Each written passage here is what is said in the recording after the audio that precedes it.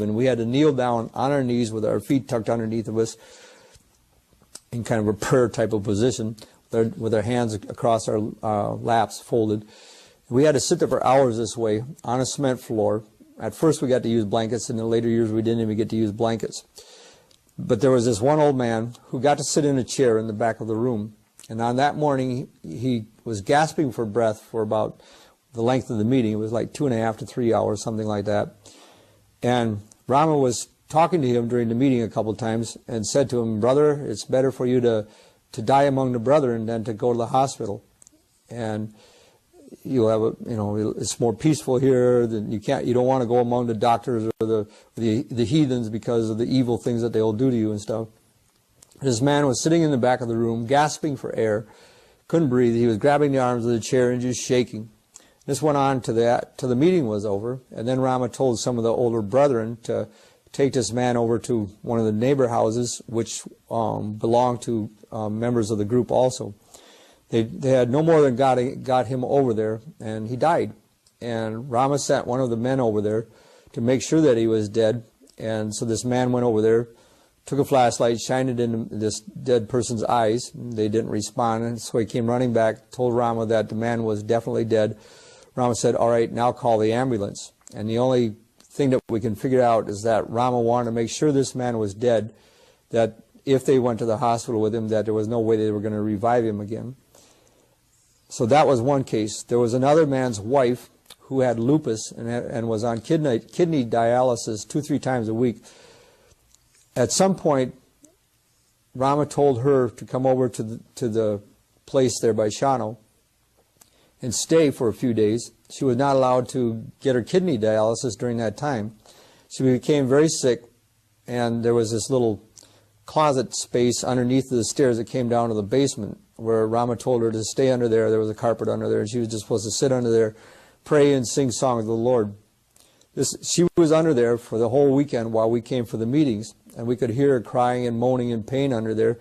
And she would cry out at all hours of the day, begging Rama to pray for her, to take away the pain and to heal her. And Rama just ignored her and left her go for the whole weekend. So we had to sit there and listen to this whole thing go on and just bury our feelings. We were scared for her life and wondering what was going on, but there was nothing we could do.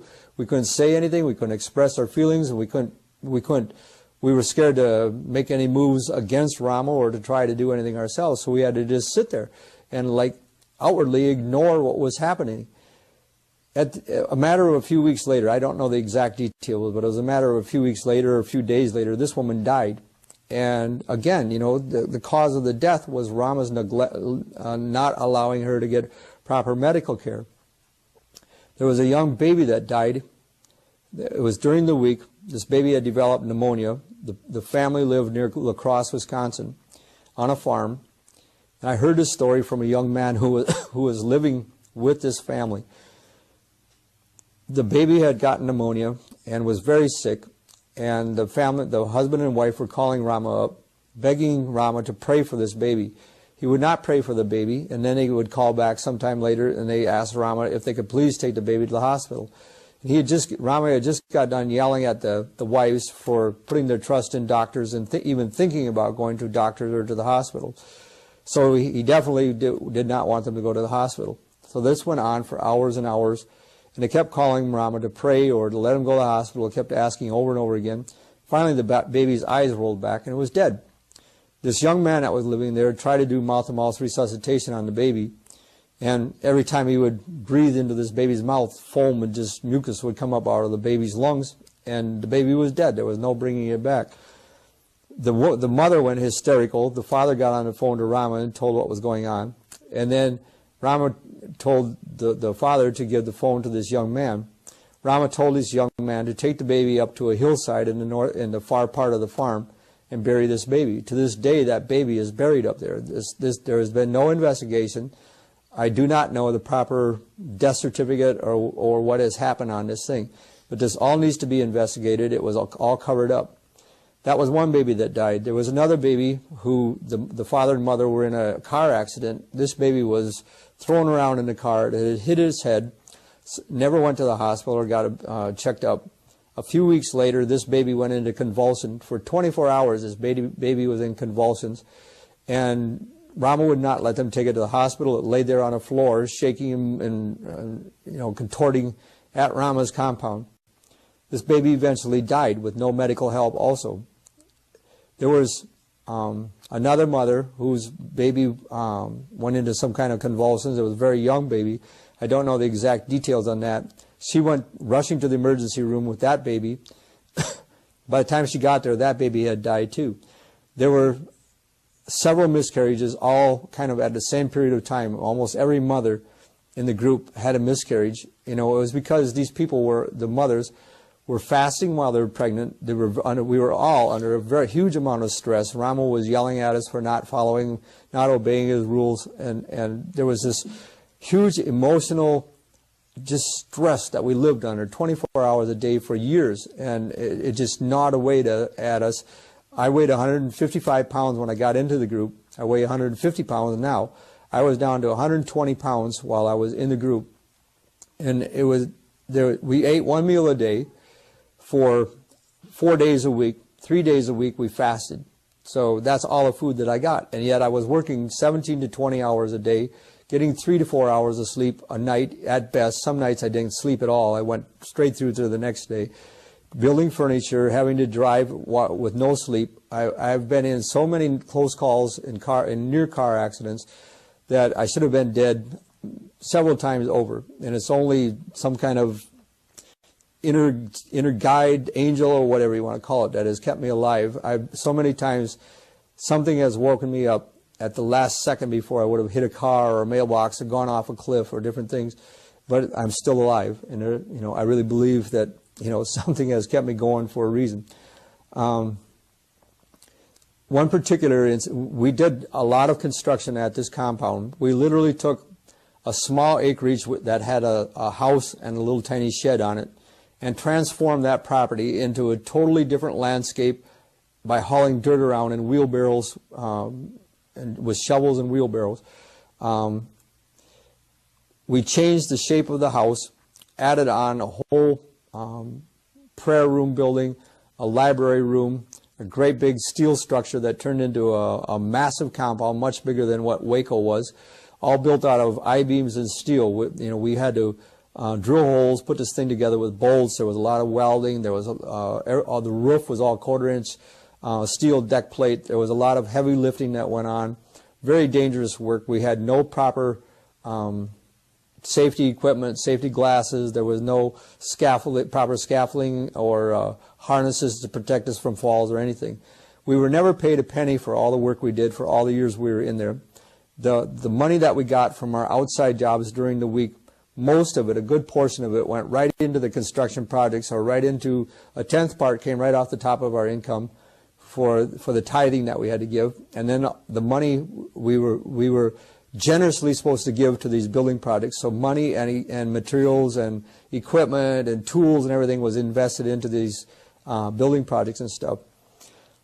The recklessness that Rama, as a construction leader, made us work under is incredible. There were people who nearly got killed on the job working at these different construction projects. And I would tell you one particular instance that was just phenomenal. There was about a section of this roof that had quarter-inch steel deck plate on it with I-beams underneath as the main structure, and then 6-inch channel irons as kind of the rib work underneath. So we're talking about tons and tons of steel work. And this deck was, I don't remember the exact size, at least 20 feet by 20 feet. And he wanted to move, he had removed this roof section from this building and wanted to move it out of the way. We had to walk approximately 300 yards with this big deck section to another part of the yard. So we had all of the people gather around this deck plate and all of the little children, all the way down to little tiny children. And they were all supposed to, count to 3 and heave and lift up this deck section. And they would carry it, by leg power forward a few feet, and then they would set it down on these steel sawhorses.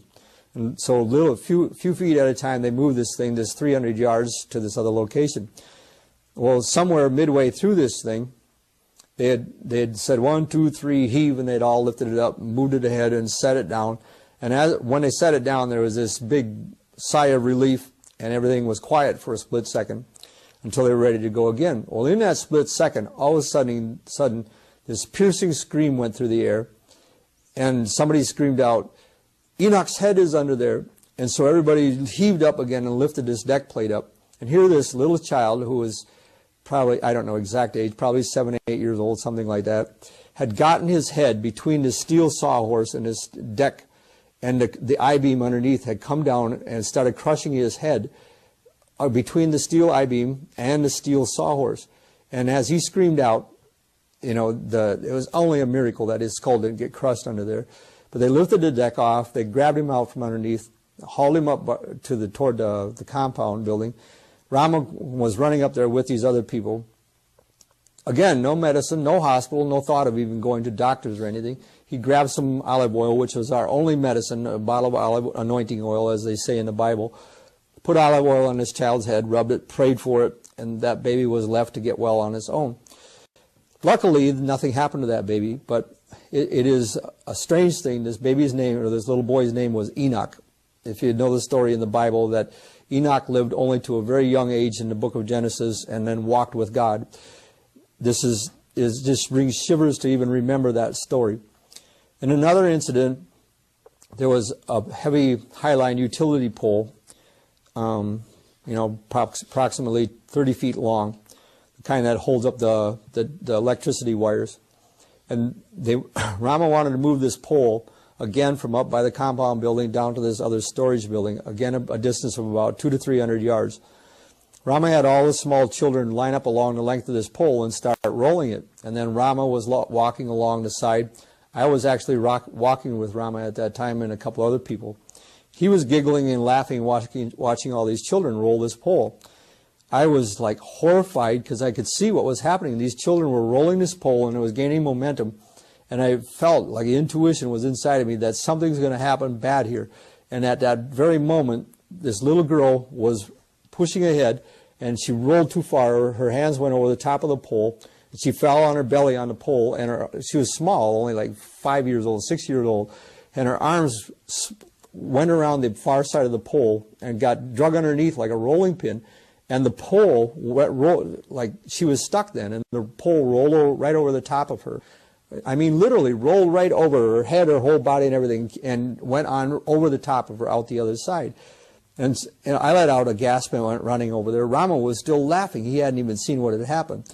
And when I took off running, then he followed over there, picked the girl up. Some other people came running over there, picked the girl up. She was crying that her arm had been hurt. And so Rama had one of the other men hold her arm up in the air and told her to stop crying, and told this man to take this little girl up to her mother and have her mother take care of her. He never prayed for her, nothing. And there was no doctor, no hospital, no medical attention. This girl now is like 20 years old. She still, to this day, has trouble with that arm. There's never been no charges were brought. Nothing was ever done. This girl never got a medical attention for that arm. And these are the kind of things that went on. There was another incident where we had to dig tunnels under Rama's house to eliminate the water problem. There was water that would get into his basement when it would rain hard. He had to brainstorm, supposedly word of God, that if he would dig tunnels under his house and fill these tunnels up with rock, this was underneath of his basement floor, you have to understand, that the rainwater would run through these tunnels out to the other side of his house, and the water wouldn't go into his house. And so for weeks, I and several other members in the group had to dig through these little tunnels that were approximately 2 foot by 2 foot, all the way under his basement floor to the other far side of his house, and then we had to dig up, or somebody would dig down to meet our tunnel from the other side. Well, in the process of digging down from the ground level down to along the basement wall down to meet our tunnel, this one man was down in this hole in the ground, and the walls of this hole caved in on him and buried him in sand up to his neck. And they called an ambulance in there because they were scared he was going to die before they got him out of there. And they put an oxygen mask on him, and then the brethren dug out the sand around him and got him free. Well, he was never taken to the hospital or anything. to be checked up. The ambulance left right after the words, and the Rama told them that we were going to take care of it. There was nothing wrong. So again, a very close call where this man should have died, could have died easily. There were incidents like this that happened time after time. I watched another man get his fingers sawed off in a circular saw doing carpentry work. There were people who got like feet and hands cut and gashed open, or feet smashed, you know, with all these I-beams and deck plates and things that we worked at. Welding flash, people working around welders and stuff that saw the welding flash that weren't supposed to. You know, these things were continuous things that went on. This was just a matter of course during the time that we were doing the construction. He had no regard for people's lives while we worked and stuff. The man was sadistic in the middle of all this heavy labor that was going on. He would stop all of a sudden and start playing a game with the children from the high deck that we were building. He'd make the boys and then the girls jump off of this high deck down to the ground. Some of them hurt their ankles or hurt their backs. He would tell them to step aside, you know, and get out of the game, and then he kept on with the other children, keep on playing. The ones that hurt themselves, they were like, you know, scolded because they didn't do it right. And we had to kneel down on our knees with our feet tucked underneath of us in kind of a prayer type of position, with our hands across our laps folded. We had to sit there for hours this way on a cement floor. At first we got to use blankets, and in the later years we didn't even get to use blankets. But there was this one old man, so this man went over there, took a flashlight, shined it in this dead person's eyes. They didn't respond, and so he came running back, told Rama that the man was definitely dead.